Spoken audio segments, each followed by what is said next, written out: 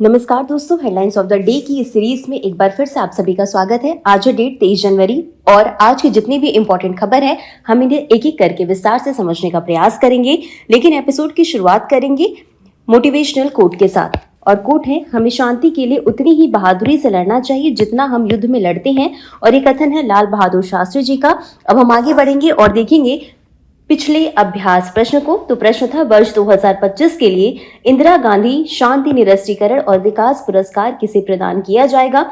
Option थे ए नादिया मुराद, B ग्राका Machail, सी Elon Johnson सरलीफ या D Malala Yousafzai. और इस प्रश्न का सही उत्तर है विकल्प बी ग्राका माचेल। आप में से बहुत सारे लोगों ने इस प्रश्न का बिल्कुल सही जवाब दिया था और जिनके जवाब गलत थे वो हमारे पिछले एपिसोड में जाकर के इसके एक्सप्लेनेशन को देख सकते हैं।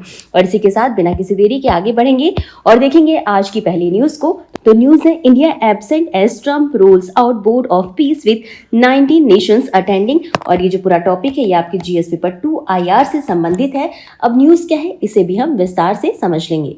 तो अमेरिकी राष्ट्रपति डोनाल्ड ट्रंप ने दावोस में एक नए अंतर्राष्ट्रीय शांति बोर्ड का उद्घाटन किया और इस बोर्ड का उद्देश्य इजराइल हमास युद्ध में हुए युद्ध विराम की निगरानी और उसे स्थायी बनाना था। लेकिन यदि हम इसे केवल एक शांति पहल के रूप में देखें तो ये एक अधूरा विश्लेषण होगा। वास्तव में यह बोर्ड जो है वो अमेरिका के नेतृत्व में वैकल्पिक वैश्विक व्यवस्था बनाने का प्रयास प्रतीत होता है। अब समझते हैं कि शांति बोर्ड का वास्तविक उद्देश्य क्या है। तो शुरुआत में इस बोर्ड की कल्पना एक सीमित युद्ध विराम निगरानी तंत्र के रूप में की गई थी, लेकिन ट्रंप के बयानों से स्पष्ट है कि इसका उद्देश्य कहीं अधिक व्यापक है और भविष्य में संयुक्त राष्ट्र के कुछ कार्यों को प्रतिस्थापित कर सकता है। यह बोर्ड संभव यह भी है कि एक दिन संयुक्त राष्ट्र को अप्रासंगिक बना दे। ये बयान द्वितीय विश्व युद्ध के बाद बनी बहुपक्षीय व्यवस्था को सीधे चुनौती देता है जिसमें संयुक्त राष्ट्र केंद्रीय संस्था रहा है। हालांकि ट्रंप ने दावा किया है कि 59 देशों ने बोर्ड में शामिल होने के लिए हस्ताक्षर किए, लेकिन दावोस में केवल 19 देशों की उपस्थिति ही दिखी और यह अंतर दर्शाता है कि कई देश राजनीतिक रूप से प्रतिबद्ध होने से हिचक रहे हैं। बोर्ड के अधिकार, वैधता और दीर्घकालिक उद्देश्य को लेकर अनिश्चितता है। ध्यान देने योग्य बात यह है कि पाकिस्तान, तुर्की, सऊदी अरब, संयुक्त अरब अमीरात जैसे देश शामिल हुए हैं।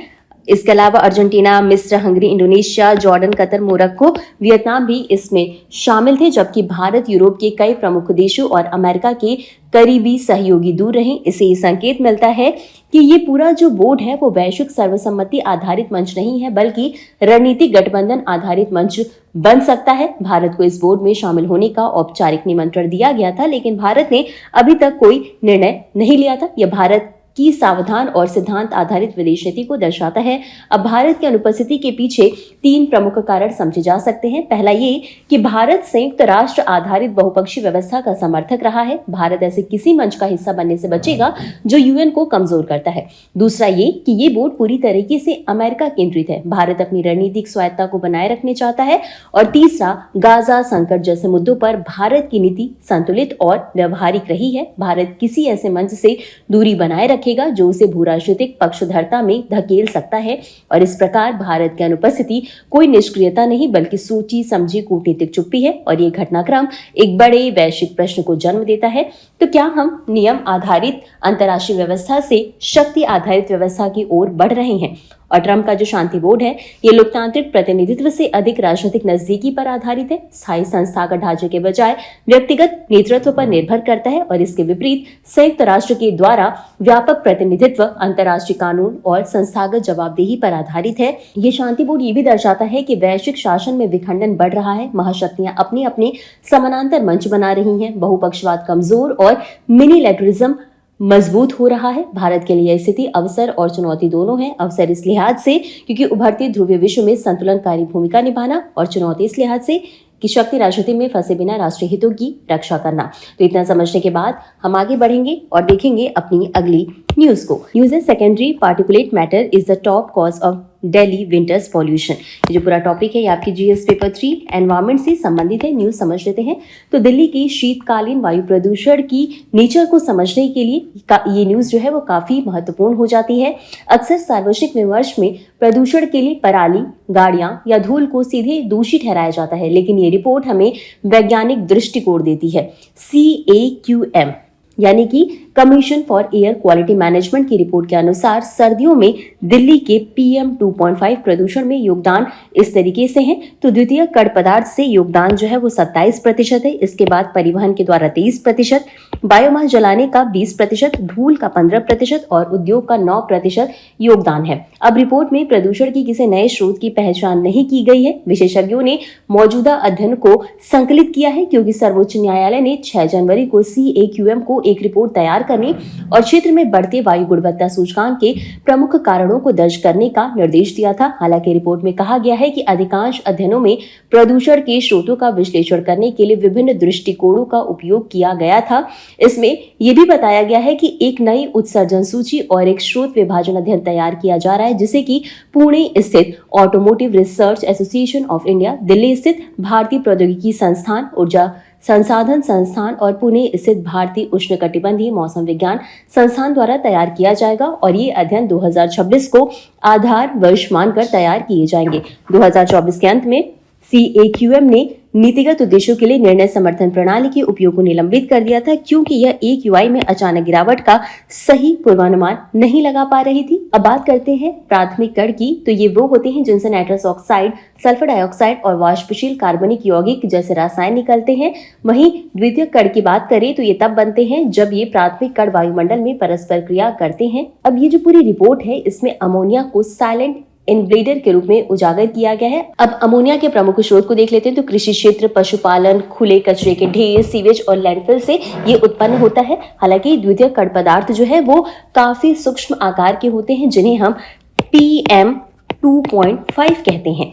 रिपोर्ट में यह महत्वपूर्ण तथ्य भी सामने आया है कि दिल्ली में पाए जाने वाले कुल PM 2.5 का लगभग 25% से 60% हिस्सा इन्हीं सल्फेट और नाइट्रेट एरोसोल से बना है। इसका यह अर्थ ये है कि दिल्ली का प्रदूषण केवल सीधे उत्सर्जन का परिणाम नहीं है, बल्कि यह वायुमंडल में होने वाली जटिल रासायनिक अभिक्रियाओं का नतीजा है, जिसमें अमोनिया एक प्रमुख उत्प्रेरक की भूमिका निभाता है। और इसी के साथ हम आगे बढ़ेंगे अपनी अगली न्यूज की तरफ। न्यूज है DRDO missile to feature at Republic Day parade. ये जो पूरा टॉपिक है ये आपके GS paper 3 science and tech से संबंधित है।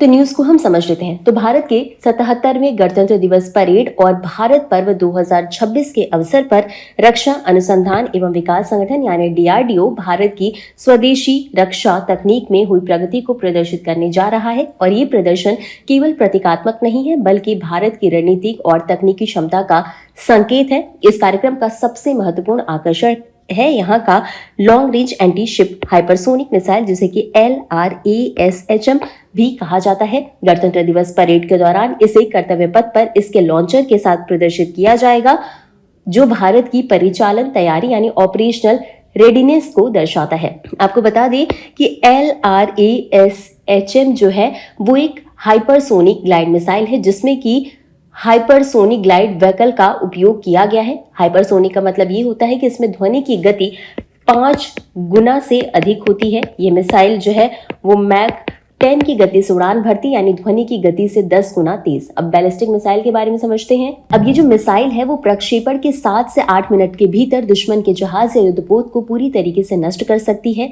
मिसाइल का रेडियो फ्रिक्वेंसी सीकर, जिसे कि हाइपरसोनिक गति पर प्रभावी ढंग से काम करने के लिए डिजाइन किया गया है, युद्धपोत जैसे गतिशील लक्ष्यों के खिलाफ सटीक हमले सुनिश्चित करता है। एक ऐसी क्षमता जो बहुत कम हथियारों के पास होती है। इसे भूमि आधारित प्लेटफॉर्मों और नौसैनिक जहाजों दोनों से प्रक्षेपण के लिए कॉन्फ़िगर किया गया है, जो युद्ध परिदृश्यों में बहुमुखी प्रतिभा प्रदान करता है।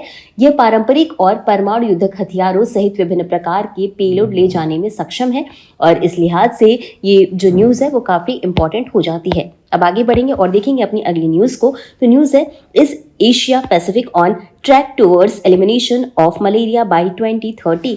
और ये जो टॉपिक है ये आपके GS पेपर 3 हेल्थ से संबंधित है। तो न्यूज क्या है इसे हम विस्तार से समझेंगे। तो विश्व स्वास्थ्य संगठन की रिपोर्ट है वर्ल्ड मलेरिया रिपोर्ट यानी कि विश्व मलेरिया रिपोर्ट 2025, जो कि दिसंबर में जारी की गई थी।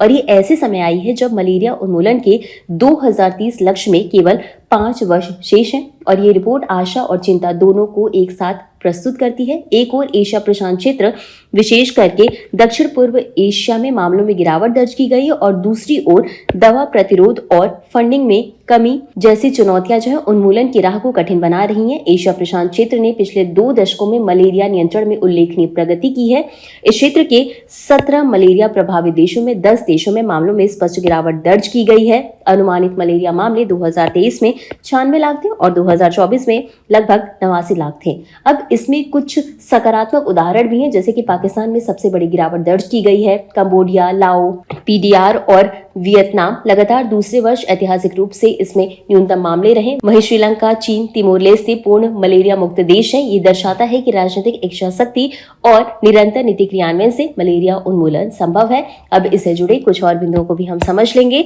तो अब एशिया प्रशांत लीडर्स मलेरिया अलायंस यानी कि APLMA के अनुसार प्रगति तो हुई है, लेकिन क्षेत्र अभी 2030 के लक्ष्य को प्राप्त करने की पूर्ण गति पर नहीं है। समस्या क्या आ रही है? तो कुछ देशों में मामलों में पुनः वृद्धि हो रही है, प्रगति असमान बनी हुई है, इसलिए कुल मिलाकर दिशा सही है लेकिन गति अपर्याप्त है। अब भारत ने 2030 से पहले 2027 तक स्वदेशी मलेरिया मामलों को शून्य करने का लक्ष्य रखा है। इसमें सकारात्मक पहलू की बात करें तो 2015 के बाद मामलों और मृत्यु दर में भारी कमी आई है। कई जिलों में वर्षा से शून्य संक्रमण हुआ है।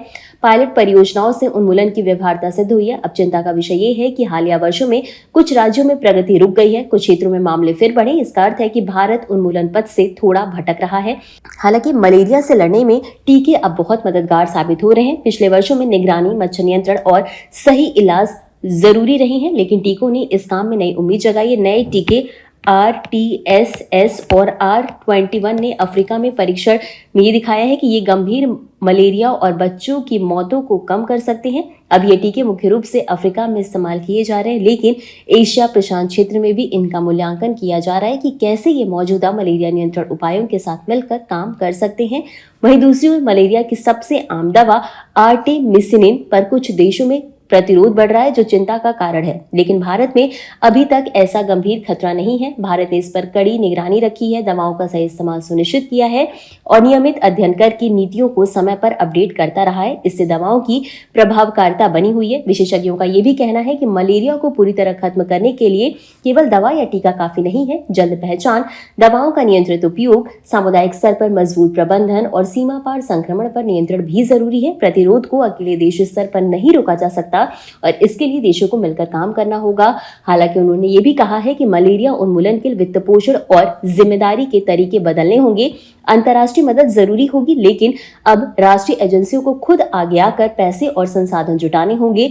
मलेरिया उन्मूलन में निवेश करना सिर्फ खर्च नहीं है, बल्कि यह स्वास्थ्य सुधार, आर्थिक लाभ और समुदाय की मजबूती देता है। इसके विपरीत अगर निवेश कम किया गया तो मलेरिया फिर से फैल सकता है और इससे जान माल का भारी नुकसान हो सकता है। इतना समझने के बाद हम आगे बढ़ेंगे और देखेंगे अपनी आज की अगली और अंतिम न्यूज को। न्यूज है net FDI negative for 4th month in a row in November 25 और ये टॉपिक आपका GS पेपर 3 इकोनॉमी से संबंधित है। न्यूज क्या है?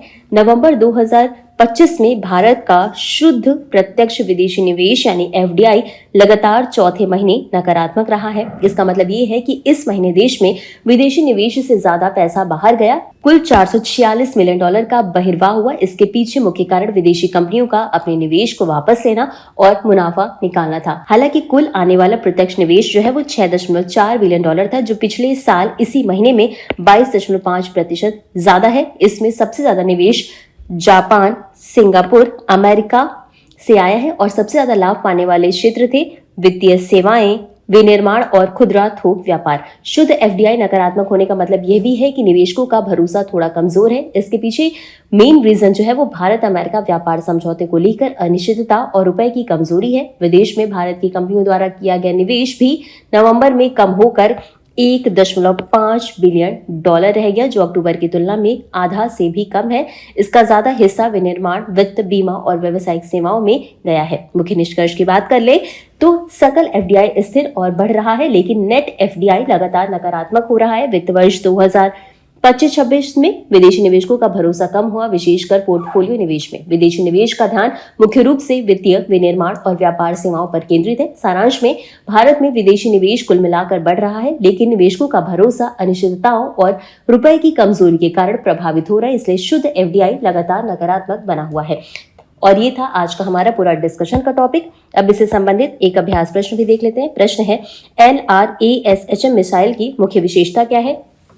ऑप्शन है, ए केवल जमीन आधारित लक्ष्यों पर हमला कर सकती है, बी हाइपरसोनिक ग्लाइड वाहन के रूप में उच्च गति से लक्ष्यों को भेजती है, सी केवल वायु रक्षा प्रणाली है, या डी इसका उपयोग केवल परीक्षण उद्देश्यों के लिए होता है।